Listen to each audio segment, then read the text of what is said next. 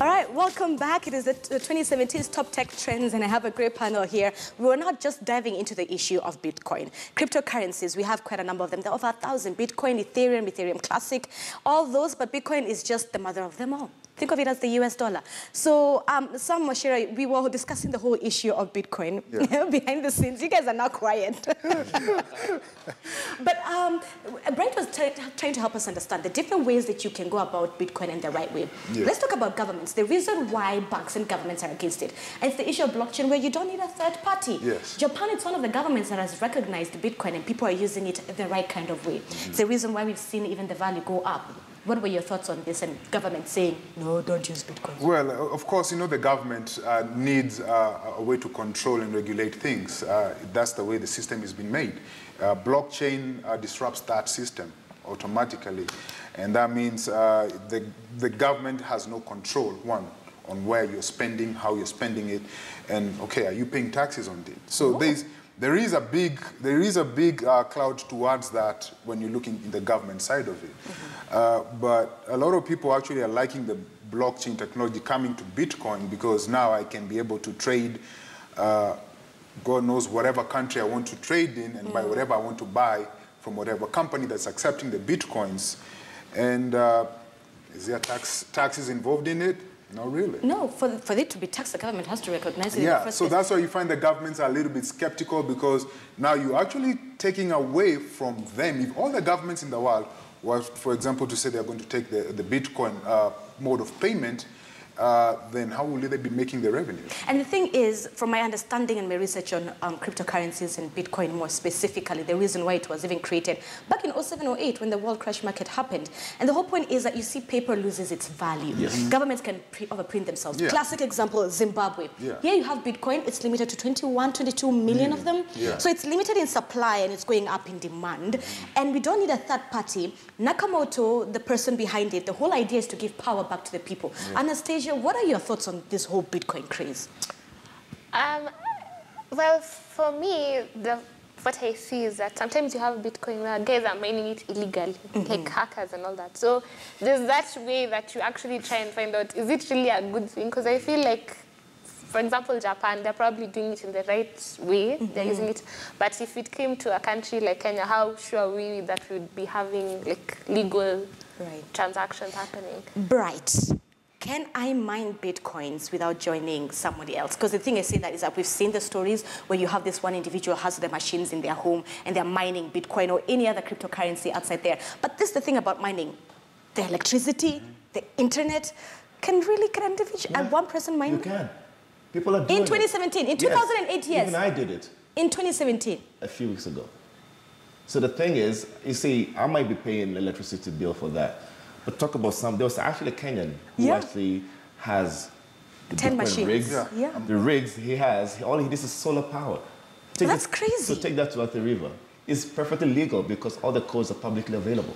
But then, they're open source. Let's talk about the expense of mining Bitcoin. I mean, there are people who have mining facilities sitting on 2,000 acres. The amount, like this alone, you know how hot a laptop can get? Yes. Imagine that machine. It's mining for you 365 days, 24/7. The thing with that, with the mining with the laptop, you can actually mine, but to mine one Bitcoin itself, it needs tremendous power.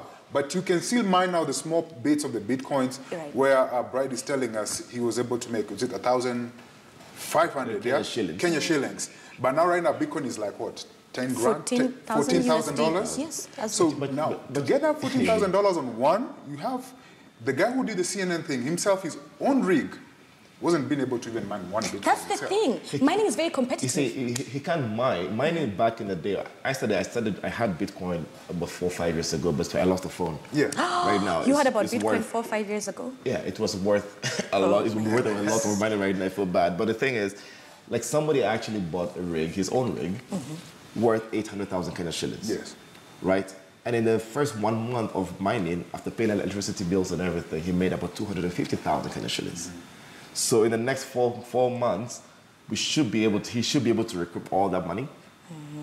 And if he should have a solar panel of the sort, he'll be making money in the next few months if Bitcoin still exists. which I know it will exist. It will semi-exist. So it will be there forever. So he'll be making very good money.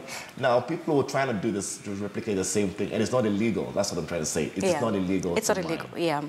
Very quickly, just as we're wrapping up the issue of Bitcoin and cryptocurrency, it's what people are saying about it. IMF says, Christine Lagarde, she says that she sees a time where cryptocurrencies will outdo banks. That's one. Two, Wall Street come January 2018 will start mining Bitcoin. Trading Bitcoin. When Bitcoin starts trading on the New York Stock Exchange, all these different things that are happening, do you see a time where now people will start using cryptocurrencies, and not just Bitcoin itself, but cryptocurrencies more as opposed to our normal paper money, Anastasia? I see a situation where it will be actually a standard, but there's something we need to actually think about. There are those people who have the legal facilities for mining Bitcoin, but we need to talk about the guys who are actually going in and stealing your processing power. Yes. I go and get into your servers, I try to use your servers to actually mine for myself. I hack into your servers, and that's actually what's happening. And so we need to have that federal, legal way of finding out how to go about it. All right, speaking of Bitcoin, let's just jump straight into the ransomware attack. Sambal, I want you to take the lead with this one because we saw what was happening. It affected almost 300,000 computers worldwide, and this is the thing. The guys online were asking for your folders to get back, you need to pay them in Bitcoin. Oh, Jesus. Sambal. Of course, that makes, again, obviously, Bitcoin is very attractive because you can't track. You can't track. You can't track where it came from, where it went. You've got an address and that's about it. You're identified by a block of hexadecimal figures and that's about it. Now, one of the things, a lot of the guys who got hit with WannaCry did so because they didn't update. They didn't patch their servers or patch their laptops as they should. So basically, one of the basic things that you need to do to make sure that you actually don't become a victim of this particular issue, this kind of attacks, is that you need to make sure that all your patches and everything else is up to date. Now, if you're one of those guys who prefers to save your bundles every so often, and you only go online to send mail and then browse 1 or 2 YouTube channels and shut it down, you may want to put software patches as part of your 2018 resolutions as one of those good habits you're going to form. Because the problem, and we've, as you know, we've had clients who've been hit. Unfortunately for us, those who are running on us, we typically, because we manage infrastructure for our clients, have a very rigorous update and patching schedule. But we had a number of guys who were running stuff on their laptops, and that stuff got completely sealed off. Fortunately, for a few of them, we had copies of their data, like maybe about a few hours before that, and we were able to restore that for them. But for the vast majority, it was you either pay up or start from scratch. That's the thing. Right, you're big on cybersecurity. Do Kenyans and do people, and I like what Samuel said, it's a resolution we need to make in 2018. Are people paying attention when it comes to cybersecurity? Cybersecurity awareness will be our biggest problem in Kenya. It is the biggest problem, and I think will always be because we keep on repeating the same conversation at conferences, at talks, even right now, and people will still not take it very seriously. If you look at the mode of transmission of how WannaCry actually replicated WannaCry, I did my own replication into a different format. And I realized it was using very simple technology from your own machine to be able to do such a thing. So people just need to be aware and be able to take measures to protect themselves. Patching just says, patching basically means let your computer update, let your computer do what it's supposed to do and update itself, antiviruses and everything. It doesn't hurt. Anastasia, I'm one of those people who says update later. I kid you not. I'm like, update later. Ain't nobody got time. So habits when it comes to cybersecurity, what can we, the common man, do, apart from just creating awareness around it, just reading more about it and deciding to go the right direction? What else can we do? I think it's in terms of being responsible as yourself. You should always be aware that if I don't update my computer, what kind of risks do I go into? Right. Even without going into ransomware, the malware that's behind that any an updated software has. And then other than that also, it actually goes out from and not updating your applications, but there's also the aspect of when you click on an email, something that looks like an attachment, you download it. your whole computer is encrypted. Yeah, so it's such kind of thing. So you have to actually be responsible and ask yourself, is this a good link? Is it actually something that I should click on? Yeah. Sam, you're nodding in agreement. What are your thoughts on the whole WannaCry and cybersecurity? Yeah, one of the things, as you said, is awareness. It's a good thing.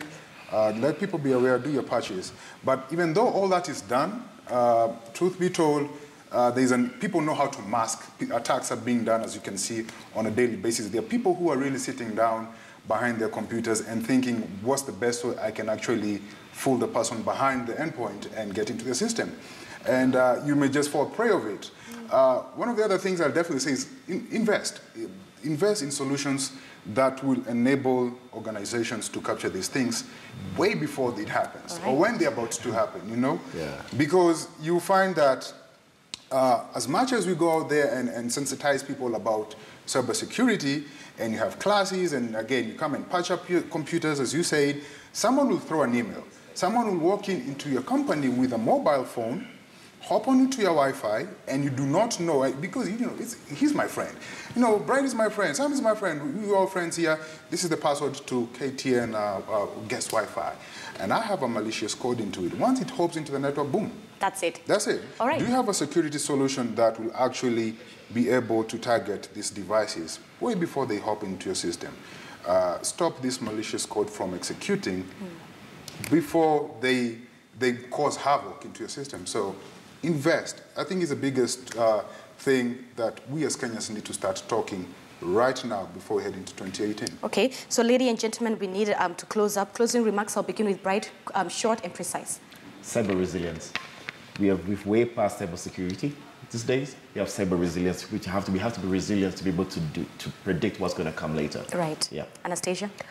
I think many organizations should take security very seriously and have an in-house person who actually is an expert in security to actually advise them on the things that are actually happening. All right, Samuel? I think the biggest thing I would be taking on around cyber, especially I think what I like what Bright said around resilience. The cost to the attackers is very, very low because they can just propagate this thing and then they're kind of equal opportunity. The more you invest in actually making sure that you're buttressed against this kind of attacks, the easier it is that you won't become one of the victims. It's very, very easy to launch an attack. It's very, very difficult to defend against it. Okay, Sam, for you? For me is invest. Get out there, see what you can do for an organization. Cybersecurity is as important as the defense of a country. It's as important as the defense of your home. So you cannot have a big home, a beautiful home with no gate, with nothing, letting people just come in and help themselves with whatever they want. It's time for organizations to sit down and say, okay, I think it's time for us to really secure what we have. Okay. So, Dr. Bright, Head of Cybersecurity Services, Samuel Shira, Chief Technology Officer at Candice, Anastasia Chege, the Head of Security Operations and Governance at Selena Group, and Samuel Bugwam, Business Development Leader at North Africa. Guys, thank you so much for coming in this morning. Let's do this again, God willing, 2018. We'll see what's on the table then. Hopefully, artificial intelligence will get it streamlined, right? Yeah. And we want to now close off the show. Thank you so much for tuning in. Since 8 a.m., I've been with you here on Weekend Express. My name is Zinzi Kibiku. See you again at 11 a.m. on News Center. Good morning.